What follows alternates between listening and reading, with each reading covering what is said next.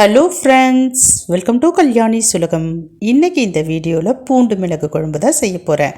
பூண்டு மிளகோட காரப்பொடி மீன் போட்டு சூப்பரான மீன் குழம்பு மண்சட்டியில் பாரம்பரிய முறைப்படி மணக்க மணக்க ருசியாக செஞ்சு காமிக்க போகிறேன். நீங்களும் இதே மாதிரி செய்யணுன்னா வீடியோவை ஸ்கிப் பண்ணாமல் ஃபுல்லாக பாருங்கள். நம்ம சேனலுக்கு ஃபஸ்ட் டைமாக வந்திருக்கீங்கன்னா நம்ம சேனலை சப்ஸ்கிரைப் பண்ணிக்கிங்க. சப்ஸ்கிரைப் பண்ணுறப்பவே பெல் பட்டன் இருக்கும், அதை ப்ரெஸ் பண்ணி அதில் ஆல் ஆப்ஷனில் கிளிக் பண்ணிக்கிங்க. அப்போ தான் நான் வீடியோ போட்ட உடனே உங்கள் நோட்டிஃபிகேஷனுக்கு வரும். நம்ம வீடியோஸ் பார்த்த பிறகு மறக்காமல் லைக் பண்ணுங்கள். கூடவே உங்கள் ஃப்ரெண்ட்ஸ் அண்ட் ஃபேமிலிக்கு ஷேர் பண்ணி எனக்கு சப்போர்ட் பண்ணுங்கள். சரி வாங்க இந்த குழம்பு எப்படி செய்யலாம்னு சொல்லிட்டு பார்க்கலாம். ஃபஸ்ட்டு ஸ்டவ் ஆன் பண்ணி மண்சட்டி வச்சுக்கோங்க. அதில் மிளகு சீரகத்தை சேர்த்து வறுத்து தட்டில் ஆற விட்டுக்குங்க.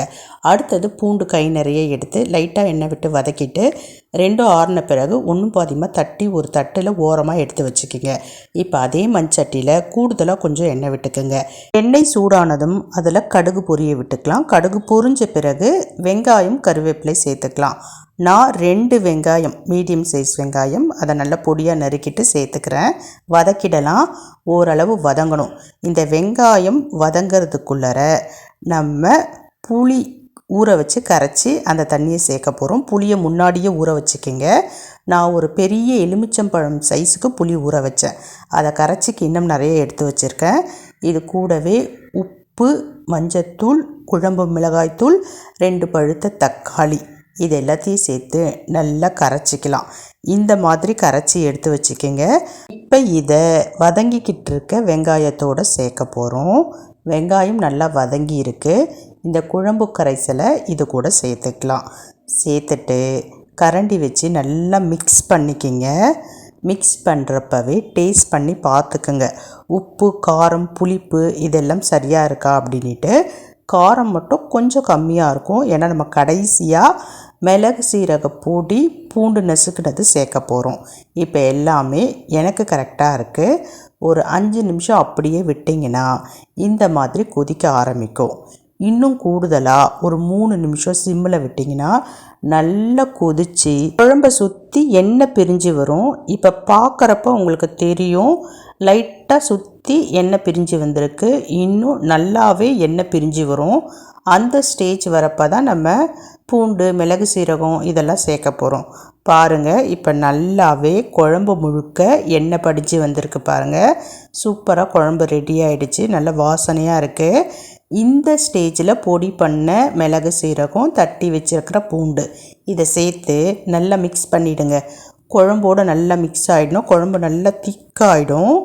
இப்போ க்ளீன் பண்ணி எடுத்து வச்சுருக்கிற காரப்பொடி மீன், காரப்பொடி மீனில் தான் மிளகு சீரகம் சேர்த்து வைக்கணும். ரொம்பவே ருசியாக இருக்கும், உடம்புக்கு ரொம்ப ரொம்ப நல்லது. நான் இப்போ மீனை கழுவி ரெடியாக எடுத்து வச்சுருக்கேன். இந்த மீனை குழம்புல சேர்த்துக்கலாம். மீன் சேர்க்குறப்ப ஸ்டவ்வை சிம்மில் வச்சுக்கிங்க. பாருங்கள், இந்த மீன் இப்படி தான் இருக்கும், பொடியாக தான் இருக்கும், ரொம்ப சாஃப்டாக இருக்கும், சட்டுன்னு வெந்துடும், வெள்ளை கலரில் இருக்கும். இப்போ எல்லா மீனையும் குழம்புல சேர்த்தாச்சு. அடுத்ததாக கூடவே ஃப்ரெஷ்ஷான கொத்தமல்லி தழைகளை பொடியாக நறுக்கிட்டு அதையும் சேர்த்துக்கலாம். அவ்வளோதாங்க. இன்னும் ஒரு 2-3 நிமிஷத்தில் சூப்பரான மீன் குழம்பு ரெடி ஆகிடும். மீன் சேர்த்த பிறகு கரண்டி போட்டு கிளறக்கூடாது, ஜென்டிலாக மிக்ஸ் பண்ணுங்கள். அவ்வளோதான். இது ரொம்ப ரொம்ப சாஃப்டான மீன், டக்குன்னு வெந்துடும். நிறைய கரண்டி போட்டு மிக்ஸ் பண்ணிக்கிட்டே இருந்தீங்கன்னா மீன் உடஞ்சி போயிடும். அவ்வளோதாங்க, ரெடி ஆகிடுச்சு.